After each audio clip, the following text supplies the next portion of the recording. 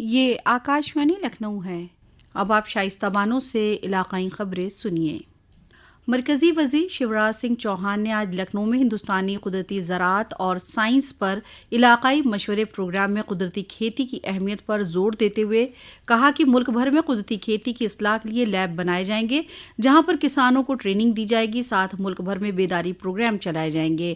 انہوں نے کہا کہ کسان پوری زمین پر نہیں بلکہ زمین کے کچھ حصے پر قدرتی کھیتی کریں۔ ایک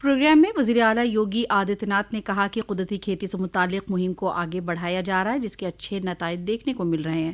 انہوں نے کہا کہ ہمیں بیج سے لے کر بازار تک اس کی فطری شکل کو برقرار رکھنا ہوگا۔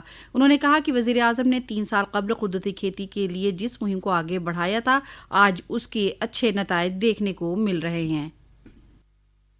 پردھان منتری مودی جی نے آج سے 3 برس پہلے پراکرتک کھیتی کے لیے جس ایک ابھیان کو آگے کیا تھا آج اس کے اچھے پریಣام دیکھنے کو ملے ہیں۔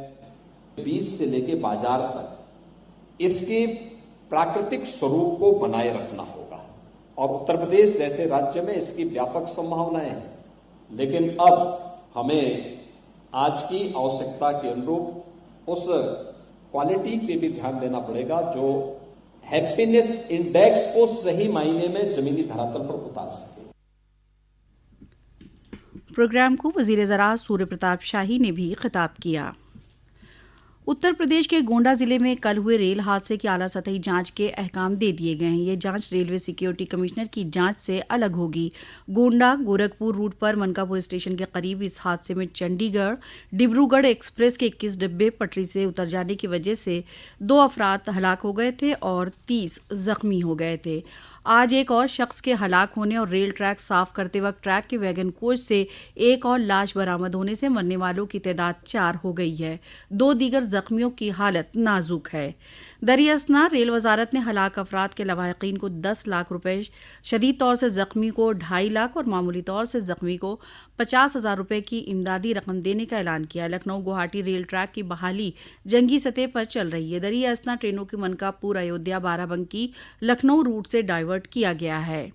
ریل مسافروں کی مدد اور معلومات کے لیے ریلوے نے ہیلپ لائن نمبر جاری کیے۔ لکھنؤ کے لیے یہ نمبر 8957409292 اور گونڈا کے لیے 8957400965 جبکہ دیوریا صدر کے لیے 8303098950 ہے۔ وہیں وزیر اعلیٰ یوگی آدتیہ ناتھ نے حادثے پر غم کا اظہار کیا۔ انہوں نے ضلع انتظامیہ کے افسران کو زخمیوں کے معقول علاج کے ساتھ ساتھ راحت اور بچاؤ کے کام میں تیزی لانے کے احکام دیے ہیں۔ وزیر اعظم نریندر مودی نے من کی بات پروگرام کے لیے مشورے ملنے پر خوشی کا اظہار کرتے ہوئے اپنے سوشل میڈیا ہینڈل پر لکھا ہے کہ انہیں یہ دیکھ کر خوشی ہو رہی ہے کہ نوجوان سماج میں تبدیلی کے مقصد سے اجتماعی کوششوں پر روشنی ڈال رہے ہیں۔ وزیر اعظم نریندر مودی نے 28 جولائی کو نشر ہونے والے من کی بات پروگرام کے لیے مشورے طلب کیے ہیں۔ لوگ اپنے مشورے 26 جولائی تک بھیج سکتے ہیں۔ آپ اپنے مشورے 1800117800 پر اپنے پیغام ریکارڈ کرا سکتے ہیں یا mygov.in پر بھیج سکتے ہیں۔ سپریم کورٹ نے قومی امتحان ایجنسی سے نیٹ UG 2024 کے سبھی طلباء کے امتحان کے نتائج سنیچر دوپہر 12 بجے تک ویب سائٹ پر ڈالنے کو کہا ہے۔ سپریم کورٹ کے بینچ میڈیکل داخلہ امتحان سے متعلق تقریباً 40 ریٹوں پر سماعت کر رہی ہے۔ آئندہ سماعت دوشنبے کو ہوگی۔ ریاست کے کئی اضلاع میں سیلاب کے حالات میں بہتری آئی ہے۔ بارش نہ ہونے اور نیپال سے پانی نہ چھوڑے جانے کی وجہ سے ریاست میں سیلاب متاثرہ اضلاع کی تعداد 26 سے کم ہو کر 13 ہو گئی۔ حالانکہ ابھی بھی لکھیم پور کیری، کشی نگر، شاہجہاں پور، بارہ بنکی، سدھارتھ نگر، بلیا، گورکھپور، ہردوئی، ایودھیا، بدایو، دیوریا، اناؤ اور مہاراج گنج اضلاع کے 73 تحصیلوں کے 1600 سے زائد گاؤں سیلاب سے متاثر ہیں۔ اسی کے ساتھ آکاشوانی لکھنؤ سے علاقائی خبریں ختم ہوئیں۔